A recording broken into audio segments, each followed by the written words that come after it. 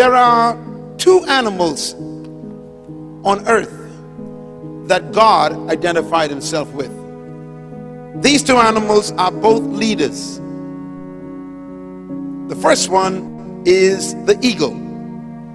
If you read the Constitution of Heaven, you call it the Bible, you will find that throughout that document, God keeps identifying himself with the eagle. He never says that I am the bird of paradise. He never said that I am a pigeon. He only identified himself with this massive, powerful bird called the eagle. You will find in the text of the Constitution words like this: I will bear you up on wings like an eagle. In another place, God says of himself, I, like an eagle, will stir my nest, and I shall put you on my pinions like an eagle. In another place, God says, and just like an eagle only gathers around fresh blood, even so the Lord will stir you.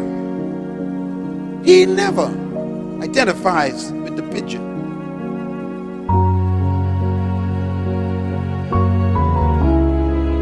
The second animal that God identified himself with is the lion.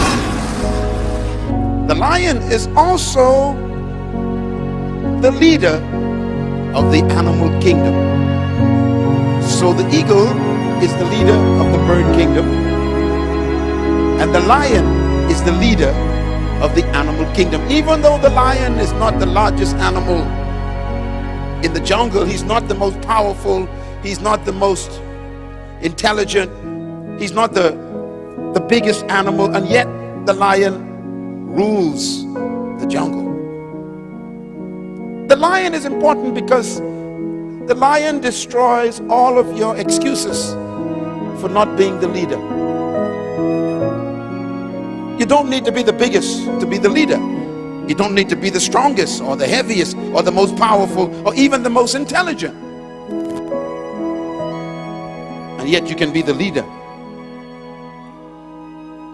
So the lion defies everything that they taught you about leadership.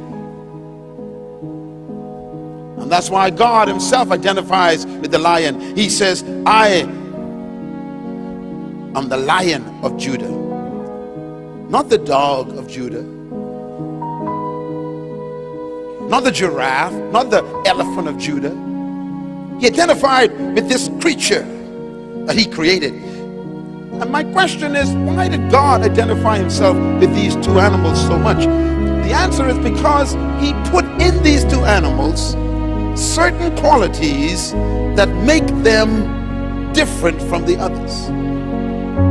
And those qualities are identified as leadership characteristics. That's why it's important to study the lion and to study the eagle. As a matter of fact, these two animals became my personal friends because it is these two animals that help me to understand myself and to understand God's plan for my life and to understand how I'm supposed to live. And there are two words I want you to identify with these two animals. The first one, the lion, is the word attitude. The lion is the leader of the animal kingdom because of his attitude. The lion has a deep sense of confidence and courage. He's not afraid of the elephant or the giraffe. He eats the hippopotamus. He destroys the bulls. He somehow has this confidence that he can eat any animal, no matter how big they are, no matter how strong they are. The lion has an attitude of self-confidence. The eagle identified with the word vision. Everybody say vision. What makes the eagle dangerous is God placed in the eagle a capacity in his eyes to see from a distance in detail. The eagle is the only bird on earth. As a matter of fact, he's the only animal on earth who can see 50 times better than a human. The eagle can see 5 miles away in total detail. It's called optica, vision. And that's why the eagle is the king of birds. He doesn't have to sneak up on his prey to destroy. He can see the prey 5 miles away where the prey don't even know he's being seen. And by the time the prey discovers he was being seen, it's too late, because the eagle shoots like a bullet. The power of vision is the success of the eagle. I want to talk to you then about the eagle. He's the king of birds because of vision. And if you are going to become the leader that you were created to be, not only do you need the attitude of a lion, but for you to become the leader that you were born to be, you're going to have an understanding of the qualities and the power of vision. First, let me define leadership again for you, so that you will have a working definition of what a leader is, because you were born to be one, young man. Leadership is defined as the capacity to influence others through inspiration, generated by a passion, motivated by a vision, which is birthed from a conviction produced by a purpose. It's a long sentence, but each word is important. Leadership is the capacity to influence other people through inspiration, not manipulation. So true leaders never manipulate people, they inspire. If anyone tries to control you, they are not a leader. That includes your husband.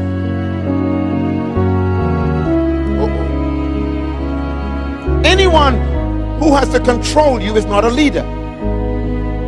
It might be your boss. It might be your teacher in the class.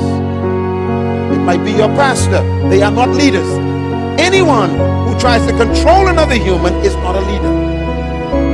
They are a dictator, an insecure wimp. True leaders never control people. They inspire people. And how do they inspire people? Because of their passion.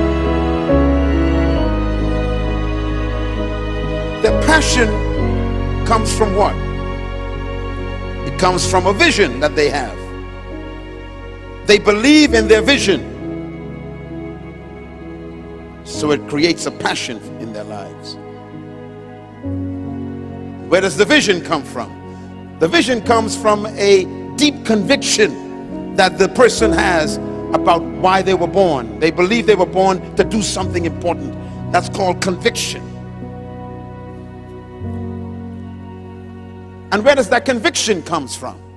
It comes from a discovery of a purpose for your life, that you are not a mistake, that you were not just born to make a living and pay bills and die.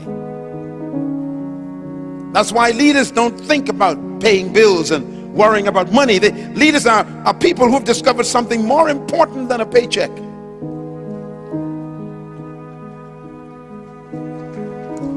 Leaders are driven by a sense of purpose and destiny.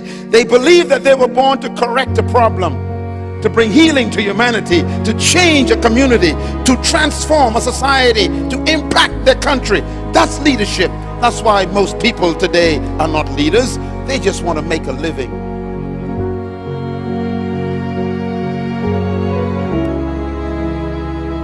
Leadership.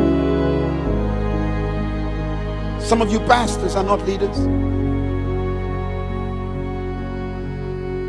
Because you entered the ministry to make a living.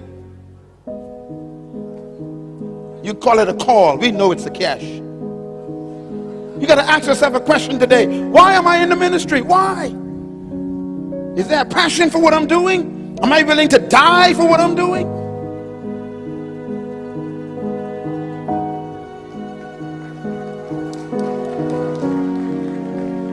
Leadership is about a conviction.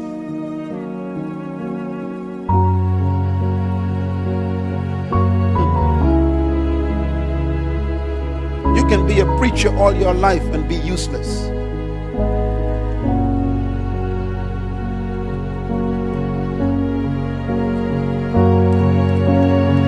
Leadership is not about personal ambition.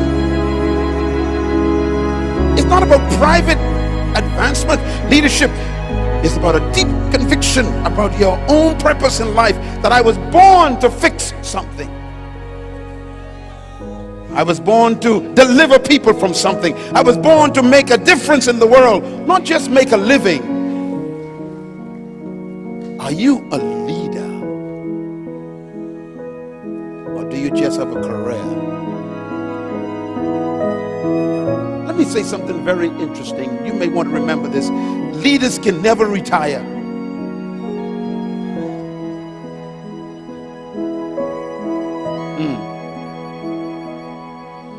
If you can stop doing what you're doing and still be happy, you are not a leader. Because you cannot retire from yourself. And a leader is one who has discovered herself.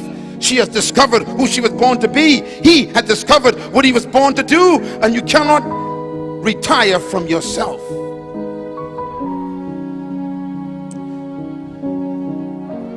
Conviction, passion, vision. I could talk about each one of these components for the next 10 years and never go home. Wouldn't you like that?